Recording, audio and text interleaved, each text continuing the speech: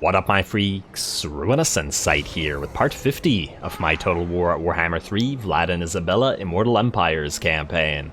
So as we saw last time, Aldous Fafbach, our northern knight here, has got himself a very nice debut battle with his Blood Knights riding down 3 elite stacks of Norska Wintertooth faction. Well, more like 2 elite stacks, but 3 stacks and then combined into 2. Lots of mammoths and lots of skin wolves and marauder champions and lords and heroes, and they all fell before Aldous' wrath. We only lost 1 unit, and that was a loss with an asterisk because it came back up with the dead arise again, so I'm very happy with the result. Definitely gonna give Aldous some rewards in the form of some nice items now that he's completed that, though he did get the reward in terms of levels as the heroic victory leveled him up 5 times from that 1 battle alone, which is quite nice in and of itself. Anyway, before we get started, just one quick reminder. I haven't said this in a while, but please don't forget to drop those likes and comments if you've been enjoying this particular Let's Play, especially as Let's Plays get older and the participation or engagement rather wanes. It does impact the schedule, as that's how it's decided. Anyway, let's get to this. Let's have him, let's say, kill all these guys. I think this should be auto-resolvable, right?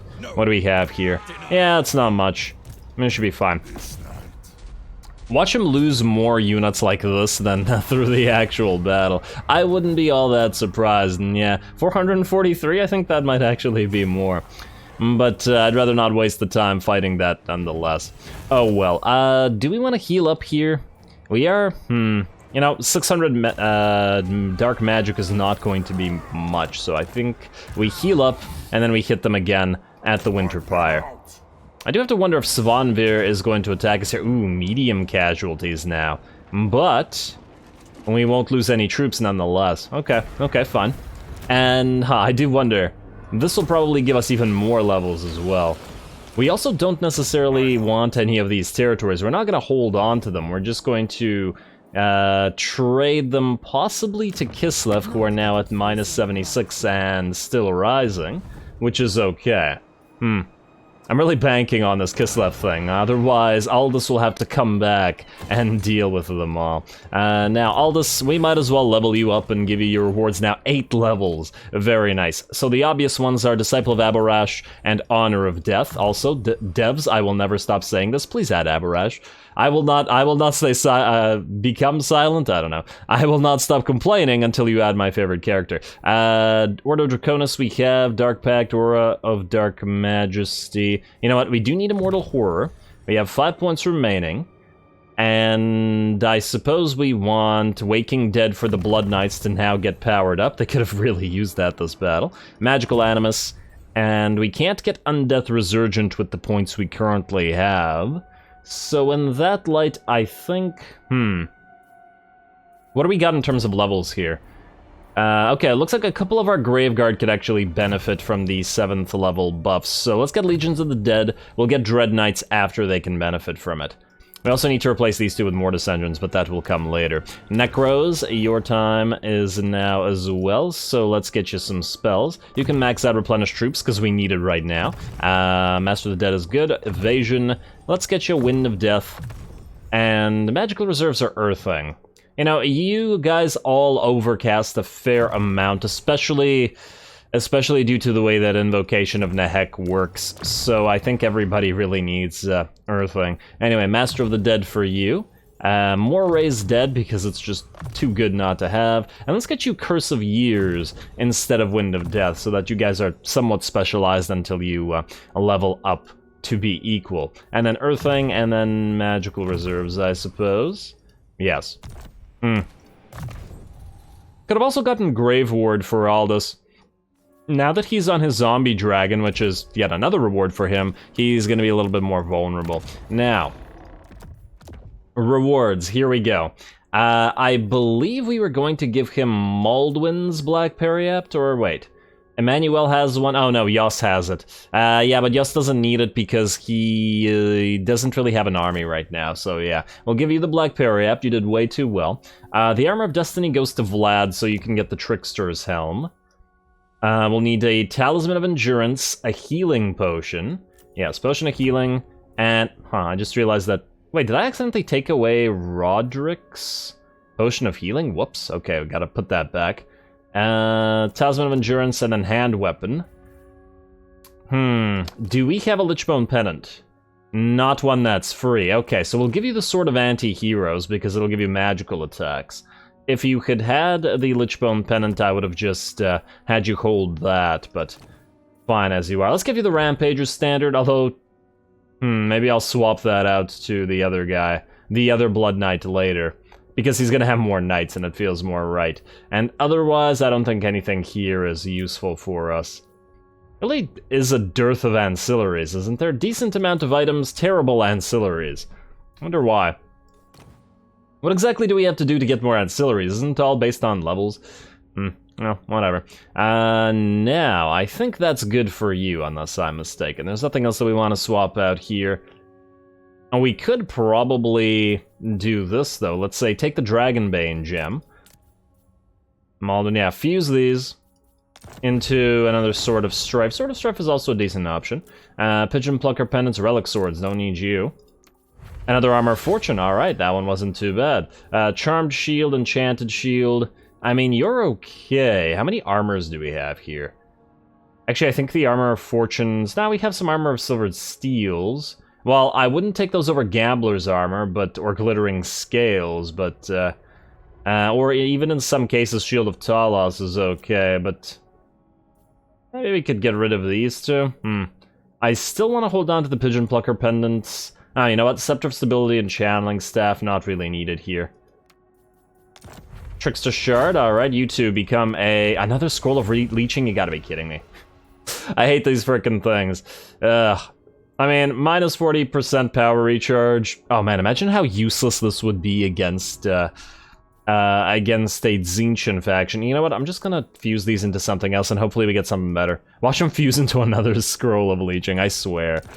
And now another Giant Blade. It's okay. Not great, but it's at least usable.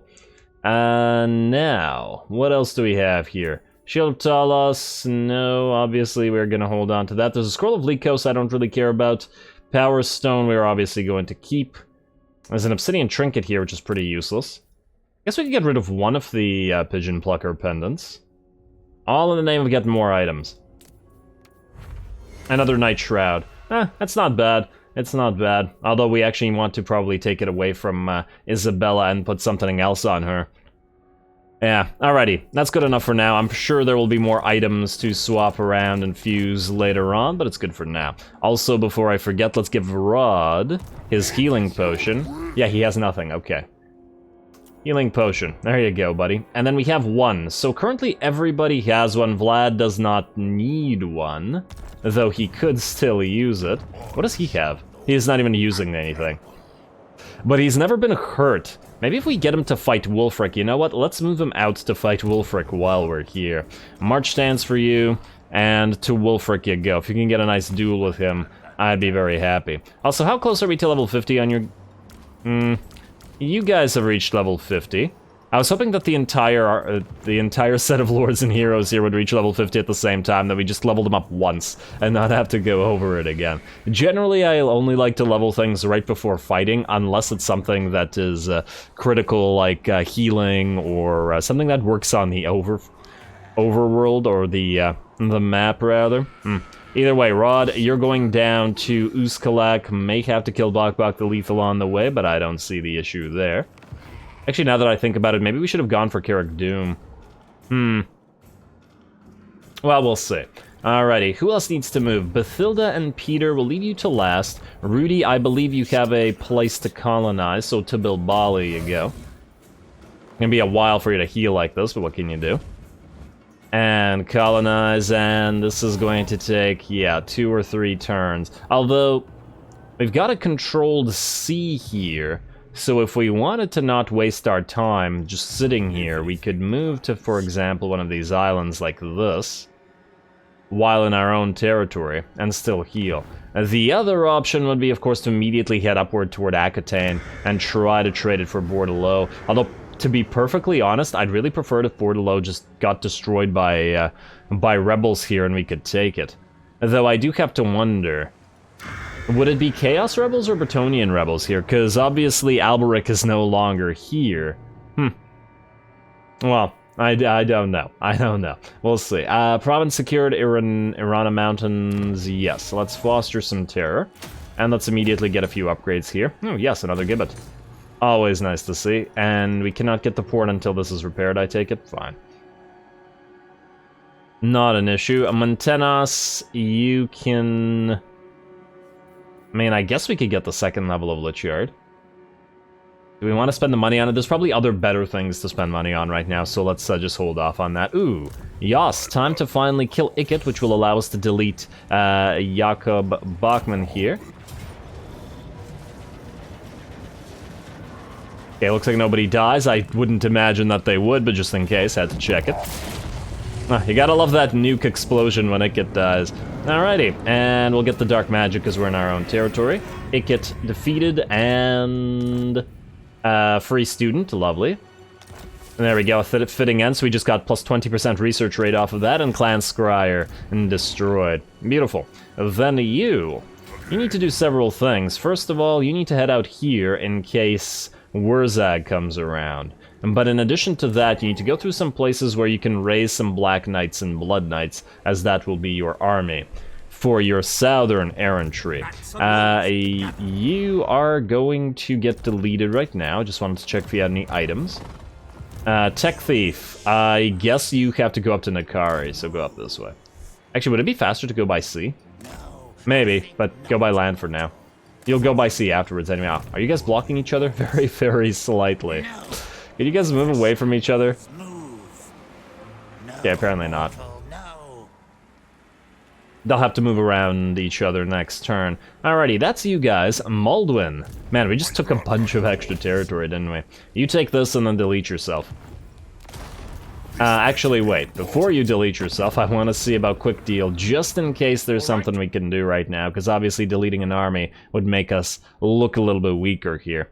Court of Libaros, Armbrow's Expedition, Last Defenders want to trade still, but I don't want to do it because they're fighting with the Drakenhof Conclave, and I still want to at least give it a try with regards to confederating them. These guys don't want the military alliance as much as they did before. Protector of the realm. But I'm still gonna hold off on this. We need to see who wins. The problem with the Bordelot Errant is that they're fighting Awakened, Thousand Maws, and Clan Pestilence. It's 3 legendary lords against 1, and I don't think the faction will survive.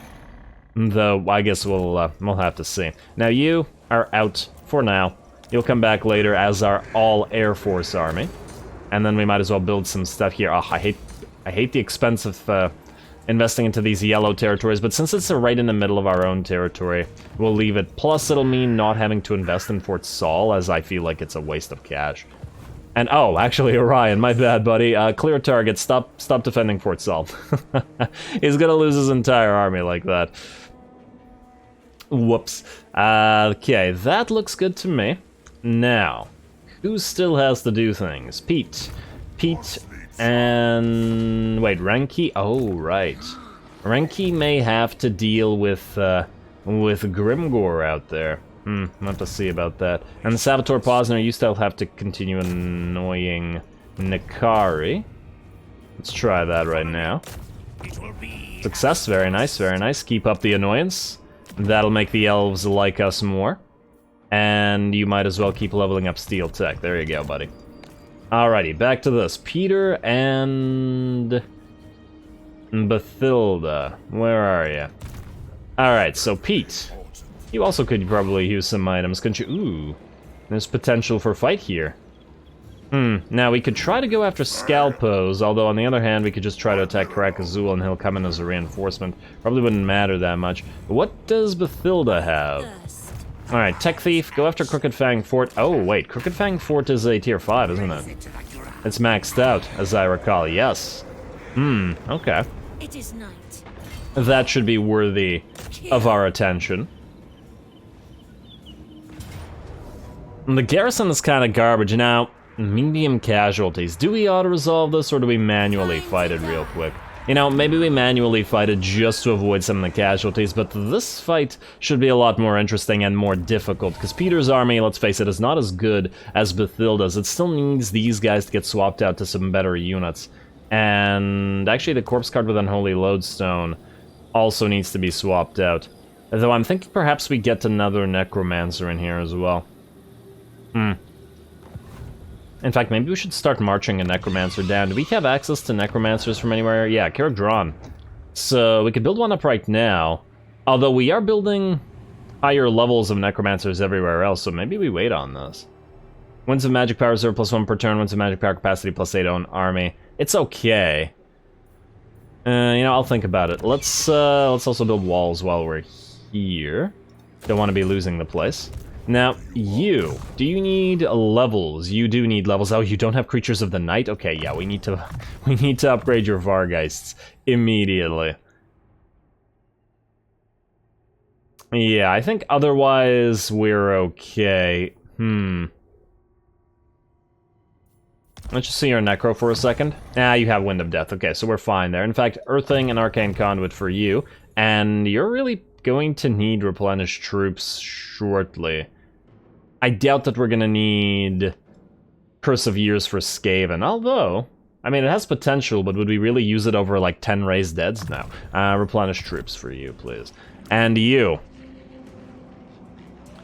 Your items I am not very happy with, I gotta admit. Alright, well, you have not earned, I should say, a Trickster's Helm yet, because that one is going to Rod. But you know what? Wait. Rod is currently using a Armor Fortune, is he not? Yeah, so here's what we'll do. We will take the Trickster's Helm, like so, and then we... Oh, or do we give the 2 Trickster's Helms to our 2 Blood Knights? Although Blood Knights wouldn't... Nah, you know what? Rod is using stock a lot, so the Trickster's Helm sounds more right for him. Yeah, let's give you that while you can hold on to the Armor of Fortune. I mean, if we're gonna fight here, we might as well. A little bit of admin to start this one off, and I guess we could give you the Sword of Anti-Heroes as well, or we could give it to the other Blood Knight as well. You know, I kind of like that. You know what? Let's hold off on that one then. Let's give you Sword of Strife instead. Who else is using one? Bathilda is using a Sword of Strife? Maybe swap that out. Still have to figure out who we want Scab Scrat to go to. Somebody who has a long melee line, because that's the nature of the ability. Would actually be good on one of Aldous' Necromancers, perhaps. Because he has the biggest melee line. Anyway, Obsidian Lodestone is a terrible talisman, so I'm not going to bother with it.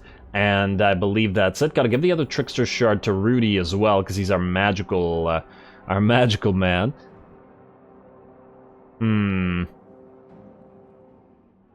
Actually, not looking like we can do a lot in the form of talismans, so I get Dawnstone as the only way to go. Yeah, looking like it. Okay, and then Book of Arcan is what you have. Let's give you a Power Stone instead. We can give the Book of Arcan to your second Necromancer or something like that. Oh, wait. Yeah, Power Stone. Power Stone gives us reserve. I don't really care about the Wand of Jet nearly as much. Now, Glittering Scales should always go on Necros. One is in... Who the heck is Caspar Barrack, man? Damn it. We have too many Necros now. I'm losing track of who has what. As in, who has which Necro. And I believe that's it. Let's go directly for Karak. No, you know what? Let's see if we can't force them into a field battle. And if we can't, then we'll go directly for Karak Azul. Yeah, they're not gonna go for it. That's fine. And also, what do we have here? Covert choke points. Ooh, they're about to get walls up and running. Yeah, this is probably a good time to attack because we really don't want them to get the warp bomb. I freaking hate that ability. And it is also a tier 5 location. So I take it that means... Huh. What are the Skaven base towers? I want to say Warp Lightning, but I'm not 100% sure. You know what? Just in case, we're going to approach this a little bit carefully. With regards to our army getting, you know, ripped apart by towers. Though I guess we'll see. Maybe we'll move Peter up front, so that he takes the brunt of the hits. Alright, well, we'll have to consider this carefully. On the bright side, we should be able to get a nice fight against Queek, who has all of his items, because he's a cheating AI. And hopefully we can steal the Foul Pendant or the Skaven Brew. I think if we steal that, it becomes something else when we take it. Something else blue, an enchanted item, which I'd really appreciate. We could also siege the place, but I think we can take this. So let's get to it cinematically. Plus, you know, Peter needs to do some more work. Especially if he wants to earn his higher level of ranged units. Get to it.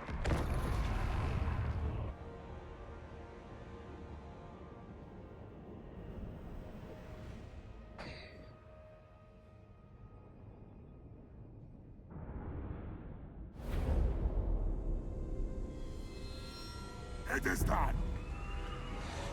Somehow it's always done, but somehow there's always more to do. Ooh, look at those Vargeists coming over those rocks, and yes, that is a Warp Lightning shot coming in from the enemy towers. Now, in light of that, I decided to attack over here in the sort of center of this portion of the map. Typically on this particular map, I like to attack on this side, wherein we can go right up this pathway and towards the Victory Plaza, and there are various, you know, similar versions of this map, like there's a Norscan nearly identical versions of this map, and etc, etc. Or I don't know if it's Norscan, but there's a lot of it in Norska.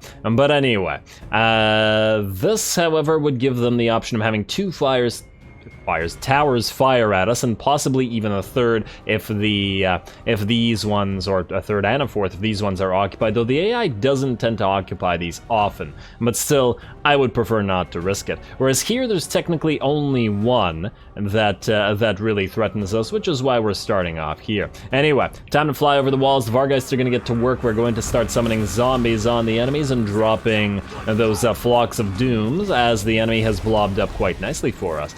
We are also summoned the zombies outside, which have both taken a few shots from those Warp Lightning towers, as well as have started climbing the walls, which will allow us to start summoning zombies in the enemy settlement. Our Vargeists are also going to drop down on some clan rats and whatever they can find that isn't too well supported by the enemy blobs, though of course there will be primary targets or priority targets like these Rattling Gunners here, though fortunately we are able to summon zombies on top of them to silence them pretty quick. In addition to that, we really want to clear the enemy off the walls to silence those damn towers, so we're going to send several units of Vargeist together with our Lord Peter to try to kill this chieftain and whatever else crawls up here, or scurries up here, I suppose. Chieftain's fortunately already nearing half health, and the Ixchus Triads, the Regiment of Renown, Eschen Triads, rather, are fairly badly hurt, although now I'm thinking this might not be the actual Ixchus Triads, this might be their doppelganger. Though which one is it? Is it real? Is it the doppelganger? I'm not entirely sure. Well, I have a feeling that perhaps this is the doppelganger unit, because these guys aren't really getting hurt at all up here, and that's kind of suspicious for a unit that's specialized for anti-large. It's a really nice ability. You gotta love that unit. Alrighty, well, the walls will be ours shortly, and then we can turn to dishing out damage down here with our Vargeists. It looks like more Ixchus Triads are moving in, but maybe these ones are actually real. We shall see. Vargeist should be able to hold for a decent amount of time as long as we keep summoning zombies to take the hits for them, as they are quite surrounded now by a lot of spear and some sword wielders, which is obviously going to be a concern. In fact, we're going to move them back away a little bit as they've started to take damage, though they have not yet lost any models. They're at about half HP here, while the zombies once again take some hits. We also have another Stormvermin with Halberds units here that's distracted by those zombies, so the zombies are certainly working for us right now. And we also want to reduce the numbers of these halberdiers, so here comes a zombie dragon breath from Peter. And there we go. Just keep distracting these guys while Peter moves in to join the main portion of the fray here, the main portion of the battle. In addition to that, our Mortis engine, together with a few extra units, are working their way through the gate, which is at about a third of its HP now, and the rest of our units are approaching in a way that hopefully will prevent the tower from firing at us if it should come back up. The enemy is, however, going to repeatedly, annoyingly, use that menace below on top of our poor range units, so keep trying to run away. Though the Glade Guard don't really care about it as much, I believe. Wait. Do Glade Guard have fire while moving? I'm pretty sure they do. Yeah, they do. Which instantly makes them a lot less threatened by things like this than the Sylvanian crossbowmen, which really can't do much. We've also moved our 2 units of knights through towards the gate. Unfortunately, these towers are no longer being held by the enemy, so they can't kill our knights, which would have been unfortunate. Plus, an extra unit of Vargeists over here to annoy some Knight Runners with slings and any other ranged units that they can catch. Anyway, Peter, time to get to work on these rats here with your pile of zombies. And that includes your dragon. And repeated overcasts of that flock of doom. There we go. There is a lot of enemy rat units here. I think 6 or 7 units taking damage from this simultaneously. It's not a crazy amount of damage, but it should be worthwhile, especially as it is a massive area. More importantly, speaking of massive areas, our Mortis engine is in and is now going to start dishing out all that lovely Mortis engine area damage. Beautiful. Our 2 massive units just covering over the rats, and oh yeah, look at that breath. And now our Grave Guard together with our Necromancer are going to start streaming into the city and start hitting these rats, though the enemy is getting some of their own reinforcements with Queek on the way here at full HP, and he's got some damn nice stats. In fact, comparison between him and Peter sees Queek vastly superior in pretty much every single stat, though of course he's a single entity, whereas we're on the dragon, so that would decrease a number of stats by virtue of that, including armor and attack. So yeah. But of course, we're now able to get our dragon breaths going and our much better infantry blenders than Queek is.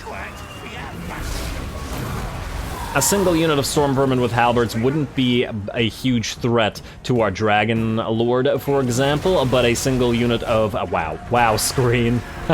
Shake more, please. A single unit of Grave Guard with great swords, however, would be very much a threat to Queek, so definitely different purposes for these units now. And the rest of our Vargeists are joining the fray. More zombies, more Grave Guard, and now we are the ones, if not outnumbering the enemy, probably about even with them. In addition to that, our knights have streamed into the city and are going after some Knight Runners. They've killed one of the units, and another one should be done shortly. I really gotta remember to put the Varix Reavers in our Knight army later. They will need them more than this army will. They're mostly here to serve as pseudo-Reichsguard, essentially, because this is our quote-unquote Imperial army, to some degree. More rats coming across the platform here. I'm gonna lift off a few of our Vargeists, though, so that they are not completely surrounded, and so that they can go after a few other targets, like those Rattling guns back there, slings, and anything else they can catch. We're also going to somewhat ignore Queek at this point, let him just get surrounded and deal with infantry, which is not something he's particularly adept at, while we move the rest of our forces forward, including Peter, as well as the Vargeists, across the platform, and just to kill more enemies. Looks like we're getting some shots in us from those Rattling guns. Although I imagine they'll be killing a fair few of their own Ratkin as well. Though not for long either, as the Vargeists come down and should be able to rip them apart. The Scurry Away activates pretty much immediately, and basically the entire group of Vargeists is on this. There we go, and then there were no Rattling guns remaining. Always entertaining. And now, in addition to that, there is a unit of Storm Vermin with halberds down here, so they are a threat to both our knights and our... oh, damn camera. And our Vargeists, so we're gonna work on these guys together. We're gonna start by summoning a unit of zombies right on top of them, forcing them to turn towards the zombies, and to distract them, and then instantly hitting them with all of our Vargeists, as well as our knights, at the same time. We just work together to rip that unit apart, and they are close to... I can't even see their HP in here. They're about half HP already, and they'll be routing any second now. Alright, good job to them for working together. And we're also now taking the platform, though it does look like our Necromancer has gotten himself in a little bit of a situation, surrounded by Storm Vermin as he is.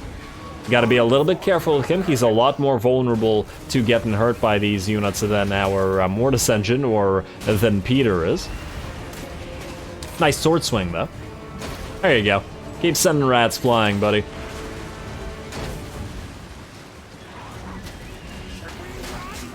I just wanted to watch the Necromancer fight. We don't see the Necromancers physically fight a lot of the time, so might as well see a little bit here, especially since he's surrounded in the most dangerous part of the battle. Now we're just going to send in Peter to bail him out a little bit, as he's now at half HP, and his healing cap is close to half as well, which makes it a lot more dangerous. Queek is also very much in trouble here, lower than half HP, though he has damaged our Graveguard. We can at least heal those, and a lot of that damage would have probably been from the Doom Wheel dishing out damage as well.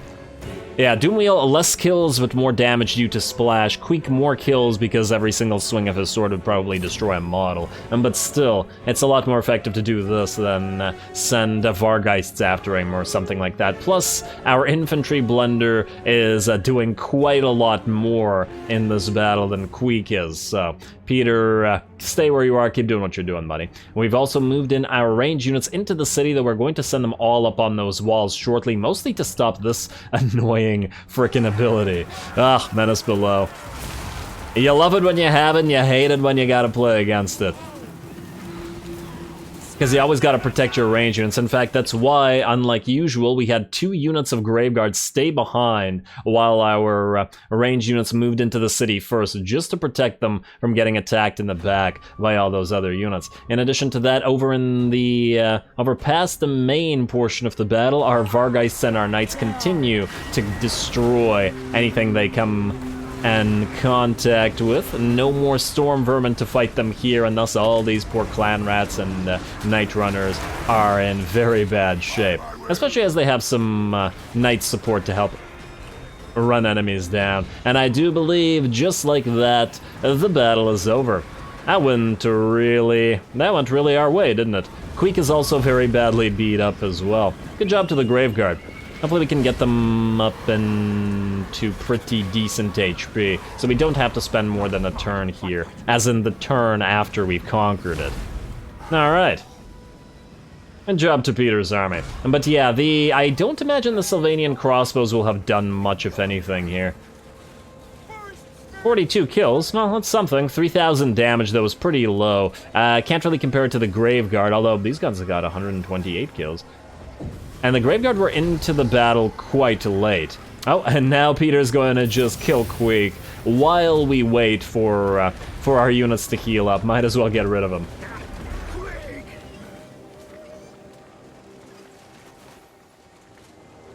I like how the dragon just looked at him as he walks away. Oh, did he go up on the wall? Oh, interesting. I didn't know units running away could even go up walls. Oh, he's scurrying down those stairs while the dragon flies overhead. That's got to be pretty terrifying. Too bad you can't see the shadow of the dragon there, although not much shadow in this darkened hellscape here. And no, he's still alive. Come on, knock him off the wall, and now is he dead? No, again, I mean, he's got a lot of melee defense and a lot of armor. 64 HP though, so one more hit should bring him down. Might as well watch this while we're healing up, and oh my lord, did he just get ripped in half? I'm not entirely sure, but it looked pretty bloody. I think he at least lost his head there. Wait, did he actually? I didn't think, huh. Can legendary lords lose their head? Because they're immortal, right? They come back. Well, either way, he done, and so is his army, and so is this particular settlement. A pretty nice battle. Let's see what the actual damage is, though I don't imagine it's much. Certainly the Menace Below hurt our ranged units, and a few of our Graveguard that were fighting Queek were hurt, but they would have gotten a decent amount of healing after this, so let's find out.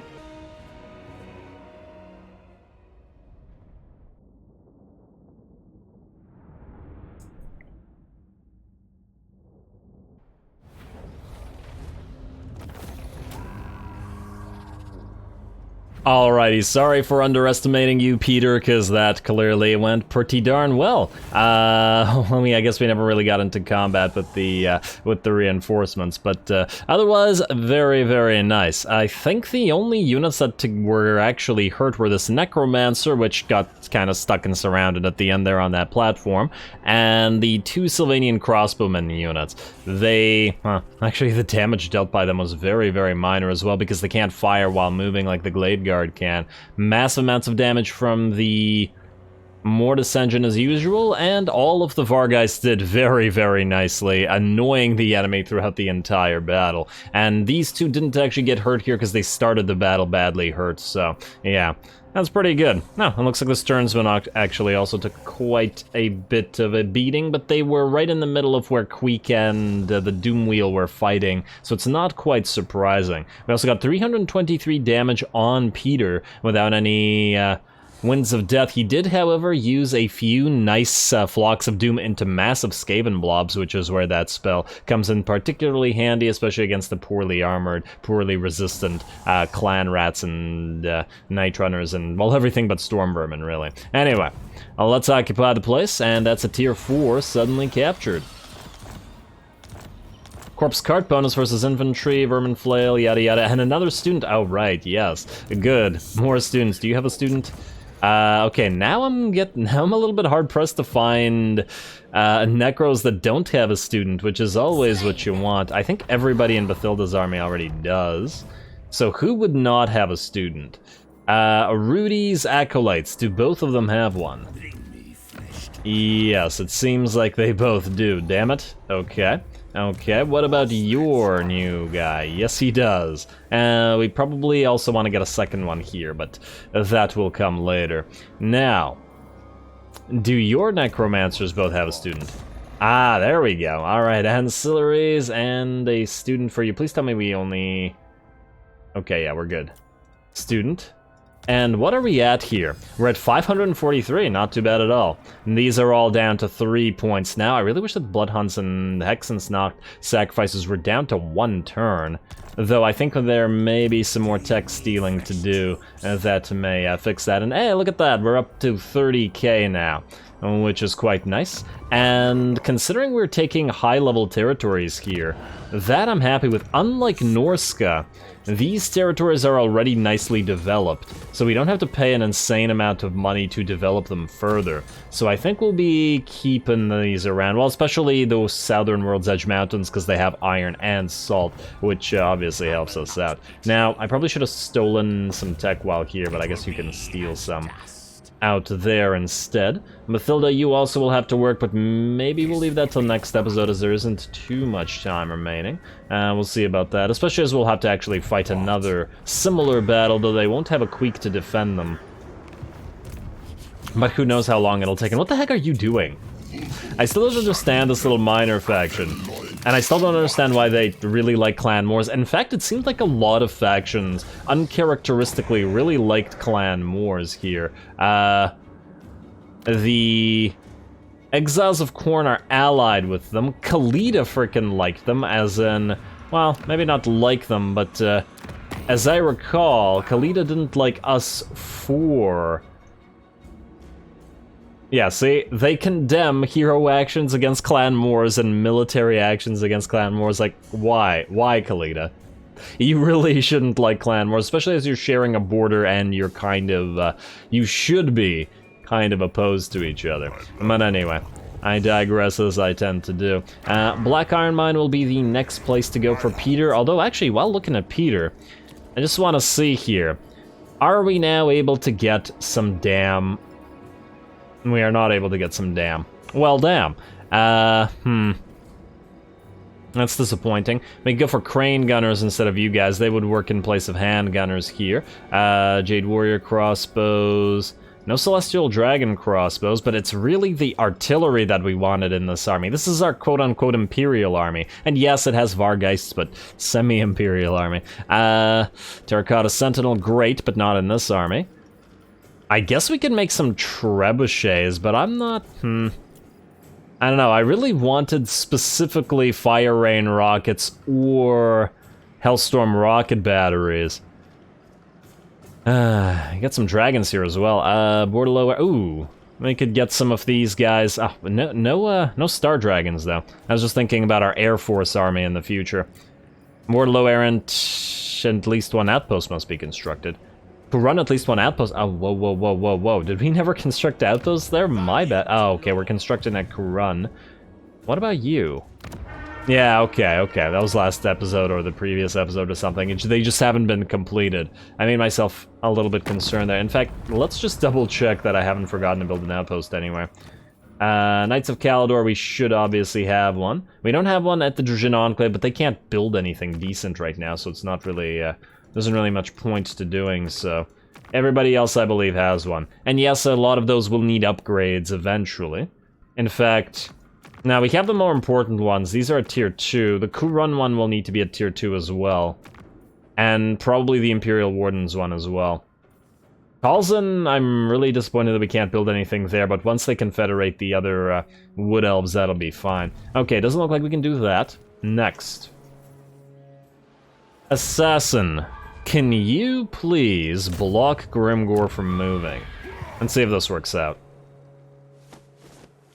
It did. Okay, beautiful. So Grimgor, well, actually, he can still move pretty decently, but this will give Renki more time to heal up and prepare. He can raise pretty much anything he wants from this place. I just don't want to waste the money right now, because we wanted, like, 10 turns or so of 30,000 gold per turn. It'll really help us out. Next Tech Thief. Nah, you have 3 turns, but you still want to steal. And you will succeed. I'm not going to bother with the levels, past level 15 or something like that. These guys don't need to actually be leveled because they have all the field agent stuff. You can go to Krugenwald. Krudenwald, rather, and no. Failure for you. Okay, and what about next? Siegfried Posner. Who are you and why are you... Oh, right. Oh, that's an issue. That's definitely an issue. Hamathane Frost. You're attacking the Griffin Wood. Okay, I don't like that. Here's what we're gonna do. I don't know whether this works or not, or whether it will work. Considering we're not technically at war with these guys, and we can't declare war on them for another 5 turns or so since we pieced out. Damn. Okay. There's a Master of the Black Arts here, Strigoi Ghoul King, Lore Keeper. Okay, I don't like any of these. Let's get you, I guess. I mean, there would also be a reason to get a 3rd Blood Knight at some point, mostly because they're the best lords in the sense that they get the, they're both very fighty, but also they reduce a lot of upkeep in terms of Graveguard armies. And Black Knight armies. Alright, you know what, let's get you for now. It's just temporary. Ugh, I really wish he didn't cost 2,000 money per turn, what can you do? And then next turn, we'll raise you some forces. Hopefully these guys don't attack immediately. And then we'll have you... Let's get you an ancillary while we're at it. Gravedigger. Yeah, and then we'll try to move you right beside Griffin Wood. I'm concerned about Draco losing this territory. I would really prefer that didn't happen. Also you, come here. Assault Hamathane Frost directly. Ooh. Do we assault the Lord? Yeah, why not assault the Lord? Failure. Damn, that's disappointing. You know what? Though this is gonna cost, we're gonna get another Necro on the field as well. Let's say... I don't know. Doesn't really matter which one. We're gonna delete him afterwards anyway. No Nightmare for you, no Corpse Guard for you. Nothing for you. And do the exact same thing. Assault Unit, Specialist, Assault Unit, and Wound. And there we go. No Steel Tech, because you're gonna get deleted afterwards. Actually, speaking of Steel Tech, I could have sworn that we had somebody who hadn't stolen. But apparently I'm wrong. Oh, we did, but it was the guy that was moving around near the Skaven. Yeah, okay, well, there's nothing for him to do, so. Alright, another success, and you don't need the levels as well. And I just forgot, did you succeed at Crooked Fang Fort? Yeah, you did. So yeah, we are at 543 now. Still at 2. I guess we gotta go to 600 for 3. Well, either way, this means Delusions of Grandeur, not now, but after Bathilda takes out Crooked Fang Fort. But we'll do that at the start of next episode. I'm gonna call this episode here. We'll begin next time by doing a little manual fight at Crooked Fang Fort with Bathilda, and then searching for a nice cinematic battle. Looks like Zoltathios is looking to hunt down Wurzag as well. We've told him to do so. So hopefully that works out for us. A little bit disappointed the Bitterstone Mine hasn't fallen, because I'd really rather take this for ourselves, but we'll see. Maybe somebody will attack them. It would be nice, although they're kind of in the middle of our territory now, and that ain't so great. Oh well. There will also be a potential fight for Grimgor, as Renki will have to face him down eventually, as he will probably try to go for the Desolation of Drakenmore. I would expect so anyway. And then Roddy might be able to fight Bok the Lethal, he might be able to fight Duzkalak, or something for him to do, though I imagine it'll take Vlad more than a couple turns to get to Wulfric to get a nice duel for them going. I'd really love to see Vlad fight somebody in a duel who actually threatens him. That would actually make me want to switch his armors and give him a healing potion and other items. And then of course Aldous still has a lot of work to do back here. In fact, we really gotta try to get him his Mortis engines. If we can't find any good battle sites, and it doesn't look like there are any in Norska of all places, which, you know, just feels wrong, we may just build a Templord here and ferry a couple Mortis engines over to Aldous. He deserves the best now that he's proved himself. And yeah, this army's suddenly getting real good. A few more levels to level these guys all up, and a couple Mortis engines will make it even stronger. But anyway, as I said, calling it here. Stay tuned for more Vlad and Izzy and more battles and conquests to come. The Empire grows, or the Empire of Night, I should say, grows, and it will continue growing further as Vlad moves through Wulfric down into the northern portions of the Empire. So, whatever I usually say, don't forget to leave a like and comment. All glory to the algorithm, and thanks for watching.